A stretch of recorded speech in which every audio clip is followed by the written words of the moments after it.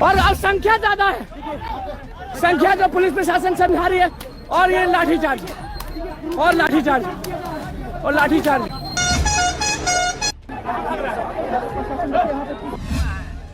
ये मुझे नहीं पता, बस पैर से चला नहीं जा रहा है। क्या बहुत पैर से चला नहीं जा रहा है? आप लोग कुछ हिंसा कर रहे थे कि कुछ नहीं, हम लोग जन गण मन गा रहे थे, अपने सर को पकड़े हुए थे।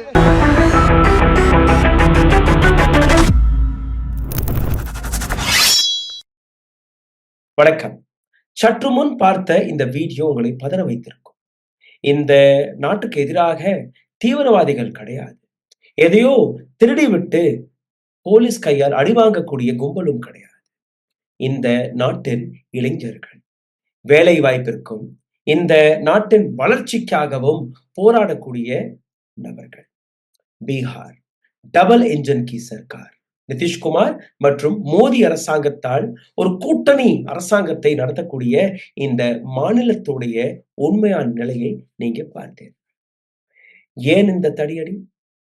தன்னுடைய உரிமைகளுக்காக போராடக்கூடிய மாணவர்களின் இந்த கதையை நீங்க பார்க்க வேண்டும். Bihar public service commission 70th Bihar public service commission, அதாவது பிபிஎஸ்சி தேர்வு டிசம்பர் 13ஆம் தேதி நடந்தது.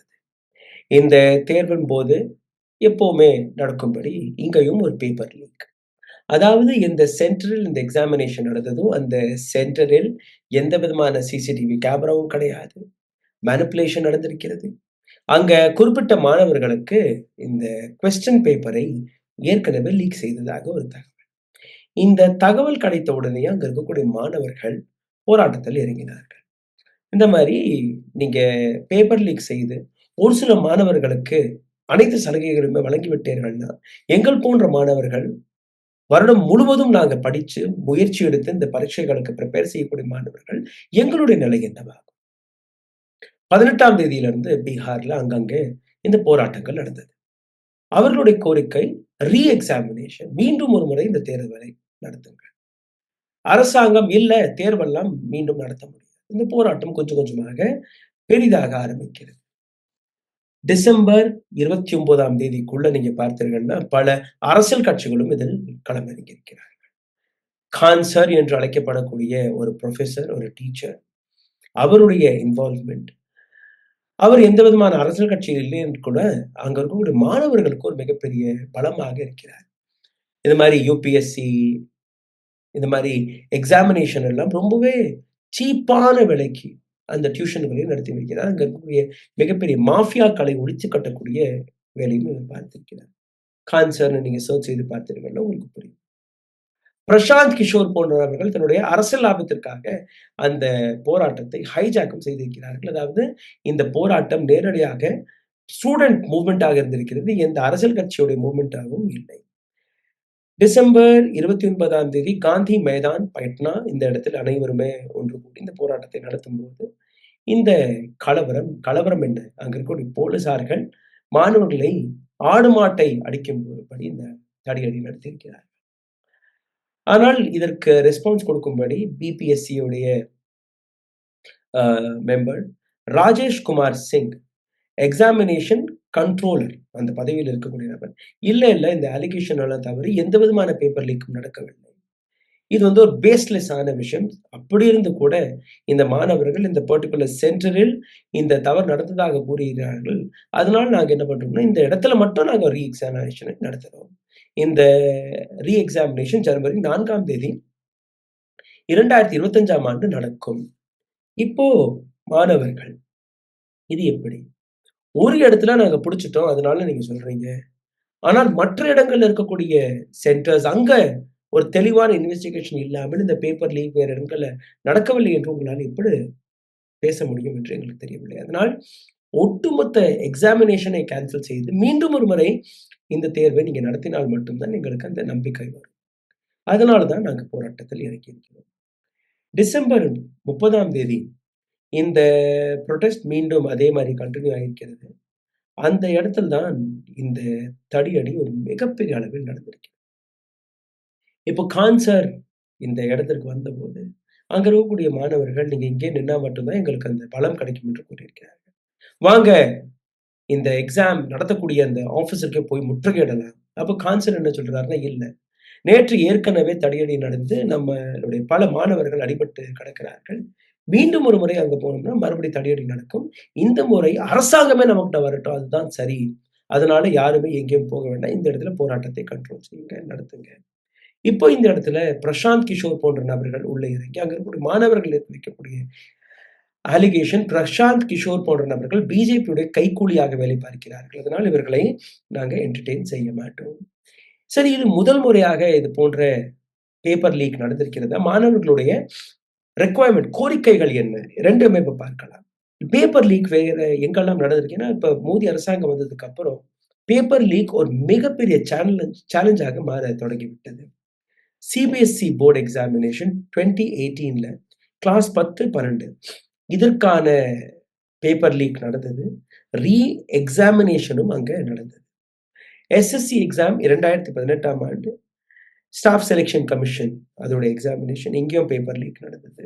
டீச்சர் எலிஜிபிலிட்டி டெஸ்ட் டிஇடி என்கிற இந்த இடம் உத்தரப்பிரதேஷ், ராஜஸ்தான் 2 இடத்துலயுமே பேப்பர் லீக் நடந்தது. State public service commission Bihar, Rajasthan, மத்திய பிரதேஷ் இங்கேயும் இந்த பேப்பர் லீக் என்கிற பிரச்சனை நடந்து பல்வேறு மாணவர்கள் ரோட்டில் போராட்டத்தில் இறங்கினார்கள். Railway recruitment examination RRB NTPC இதோடைய எக்ஸாமினேஷன் பேப்பர் லீக் நடந்தது. பல்வேறு ரெக்ரூட்மெண்ட் ப்ராசஸிற்கான இந்த பேப்பர் லீக். இந்த கான்சிக்வெண்ட் பேப்பர் லீக்குகளால் என்ன நடக்கிறது? பல இடங்கள்ல வேலை வாய்ப்பு, பல இடங்கள்ல அட்மிஷன் ப்ராசஸ் எல்லாமே மாறி வருகிறது. வைட் ஸ்ப்ரெட் கேன்சலேஷன் நடந்திருக்கிறது. ரீஸ்கெட்யூல் செய்யப்பட்டது, ரீஸ்கெட்யூல் ஆஃப் அப்பாயின்மெண்ட் செய்யப்பட்டது. ப்ரொடெஸ்ட், லீகல் ஆக்ஷன், யாரெல்லாம் ப்ரொடெஸ்ட் செய்கிறார்களோ அவர்கள் மீது லீகல் ஆக்ஷன் எடுங்கள். அரசாங்கத்துடைய வேலை தவறு நடக்கும்போது அந்த தவறை மீண்டும் ஒரு முறை நடக்க விடாத ஒரு ரோபோஸ்டான ஒரு சிஸ்டத்தை கிரியேட் செய்வது. ஆனால் இந்த அரசாங்கம் அதெல்லாம் செய்யவில்லை. கிரிமினல் இன்வால்வ்மெண்ட் எவ்வளவு பெருசாக இருக்கிறது பாருங்க. இது மாதிரி ஒரு மாஃபியாவே இது போன்ற பேப்பர் லீக்களை செய்து அங்க பண வேட்டைகளில் இறங்கி இருக்கிறார்கள். இது எப்படி ரிஃபார்ம் செய்யலாம் அதை பற்றியும் பார்த்து விடலைங்க. டெக்னாலஜி இன்டிகிரேஷன், ஏஐ போன்ற டெக்னாலஜி இன்டிகிரேஷனை வைத்து ஒரு புதிய டிசைன் மாடலை நீங்க கொண்டு வரலாம். எப்ப, எங்க, எந்த விதமான கொஸ்டின் பேப்பர் போகணும் போன்ற விஷயம். டீசென்ட்ரலைசேஷன் ஆஃப் பேப்பர் செட்டிங், அதாவது பேப்பர் செட்டிங் எப்படி சென்ட்ரலைஸா செய்யப்படுகிறது அதை மறுபடியும் ஒரு ரீஸ்கெட்யூல், ஒரு ரீஸ்ட்ரக்சர் படி நீங்க அங்கங்கே அந்த பேப்பர் செட் எல்லாம் நடக்கணும். அப்போ இந்த பேப்பர் லீக்கை தவிர்க்கலாம். ஸ்ட்ராங்கர் பேனலிஸ்ட் அந்த பேப்பரை செட் செய்யக்கூடிய நபர்கள் எந்த விதமான ஊழல் குற்றச்சாட்டுகளும் இல்லாத டீச்சர்ஸ்கள், இல்லாத ஸ்டாஃபாக இருந்தால் ரொம்பவே ஒரு ரோபோஸ்டான சிஸ்டத்தை நீங்க கிரியேட் செய்தால்தான் இது எல்லாத்தையுமே நீங்க கண்ட்ரோலில் கொண்டு வர. இப்போ மாணவர்களுடைய கோரிக்கைகள் என்ன, அவர்கள் எதிர்பார்க்கிறார்கள், எதற்காக இந்த போராட்டம், எதற்காக அந்த தடியடி நடந்தது? டிரான்ஸ்பரண்ட் இன்வெஸ்டிகேஷன் எங்களுக்கு தேவை. எப்படி இந்த பேப்பர் லீக் நடந்தது, யாரால் நடத்தப்பட்டது, அந்த இன்வெஸ்டிகேஷன் மிக முக்கியமானது. ஏன் பீகார், ராஜஸ்தான், உத்தரப்பிரதேஷ், மத்திய பிரதேஷ் போன்ற மாநிலங்களில் மட்டும் இது போன்ற பேப்பர் லீக் நடக்கிறது, வேற எங்கேயும் ஏன் நடப்பதல்ல? இதற்கான காரணங்கள் என்ன என்று ஒரு detail investigation. Cancellation of entire exam, நீங்க ஒரு சென்டர்ல மட்டும் நாங்க ரீ எக்ஸாமினேஷன் செய்யறோம்னு அதெல்லாம் எங்களால ஒத்துக்கொள்ள முடியாது. ஒட்டுமொத்த எக்ஸாமினேஷனையே நீங்க கேன்சல் செய்து மீண்டும் ஒரு முறை அந்த எக்ஸாமினேஷனை நடத்துங்கள். அக்கௌண்டபிலிட்டி ஆஃப் அத்தாரிட்டிஸ், எந்த அத்தாரிட்டி இந்த பரீட்சையை நடத்துகிறார்களோ அவர்களுடைய அக்கௌண்டபிலிட்டி ரொம்ப முக்கியம். அது எங்களுக்கு தேவை.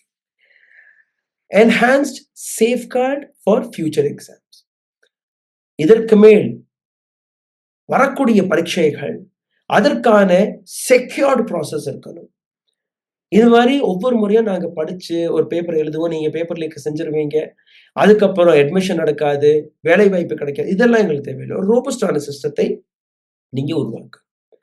No extra fees for re examination. ஒரு வாட்டி இந்த மாதிரி தவறு நடந்துச்சுன்னா மீண்டும் ஒரு முறை ரீ எக்ஸாமினேஷன் நடத்தும் போது அதற்கான எக்ஸ்ட்ரா ஃபீஸ் எல்லாம் வசூலிக்கப்படக்கூடாது. இது உங்களுடைய தவறு, உங்களுடைய மிஸ்டேக். அதனால எந்த விதமான ரீ எக்ஸாமினேஷன் ஃபீஸ் எங்கள்கிட்ட நீங்க வாங்கக்கூடாது. மென்டல் அண்ட் ஹெல்த் சப்போர்ட், இது போன்று பாதிக்கப்பட்ட மாணவர்கள் அவர்களுக்கான அந்த என்சைட்டியிலிருந்து மீண்டு எடுப்பதற்காக அவர்களுடைய ஹெல்த் மென்டல் சப்போர்ட்டிற்காக அரசாங்கம் வேலை பார்க்க. எக்ஸ்பெடைட் ரீஎக்ஸாமினேஷன் ப்ராசஸ். இப்போ ஒரு இடத்துல இந்த மாதிரி தவறு நடந்துச்சு. 6 மாதம் 1 மாதம் 1 வருடம் எல்லாம் நீங்க தாமதிக்க கூடாது. உடனடியாக அடுத்த ரீஎக்ஸாமினேஷனுக்கான வேலைகளை நீங்க நடத்தணும். ஒரு 30 நாள் 40 நாட்களுக்குள்ள இந்த எக்ஸாமினேஷனை நடத்தினால் அது சரியாக பார்க்கப்படும். Official apology and clear communication. அரசாங்கம் சிஸ்டம் நேரடியாக மாணவர்களுக்கு முன்பு ஒரு மன்னிப்பை, ஒரு அப்பாலஜியை கேட்கணும். இது மட்டுமல்ல, கிளியர் கம்யூனிகேஷன், சரியான கம்யூனிகேஷன் எங்களுக்கு கிடைக்கும். இத்தனாம் தேதி இந்த இடத்துல இது நடந்தது, அதனால இதை நாங்கள் ரீஎக்ஸாமினேஷன் செய்கிறோம், அதற்காக உங்கள்கிட்ட எந்த விதமான ஃபீஸும் வசூலிக்கப்படாது, இந்த முறை இது மாதிரி தவறுகள் நடக்காது என்கிற ஒரு கம்யூனிகேஷன் அங்கே இருக்கு. Compensation of time and effort. எப்படி இதை காம்பன்சேட் செய்ய போகிறீர்கள்? 1 வருடம் 2 வருடம் ஒவ்வொரு மாணவரும் இரவு பகல் பாராமல் முயற்சி எடுத்து இது போன்ற பரீட்சைகளுக்கு ப்ரிப்பேர் செய்கிறார்.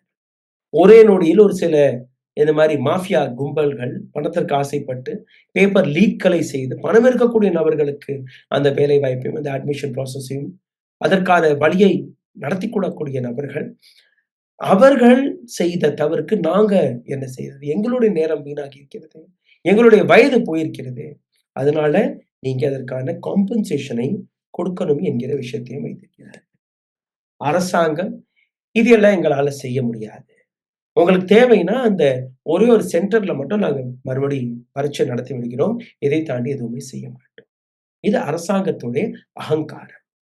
இப்போ டபுள் இன்ஜின் கி சர்க்கார் என்று அழைக்கப்படக்கூடிய பிஜேபி அல்ல நிதிஷ்குமாருடைய ஜேடியு, இவர்களுடைய பொறுப்பங்கக்கூடிய மாணவர்களுடைய அதிகாரத்தை, அவர்களுடைய பரீட்சையில் கிடைக்கக்கூடிய அந்த விஷயத்திற்கான அதிகாரங்களை கொடுப்பது மட்டும்.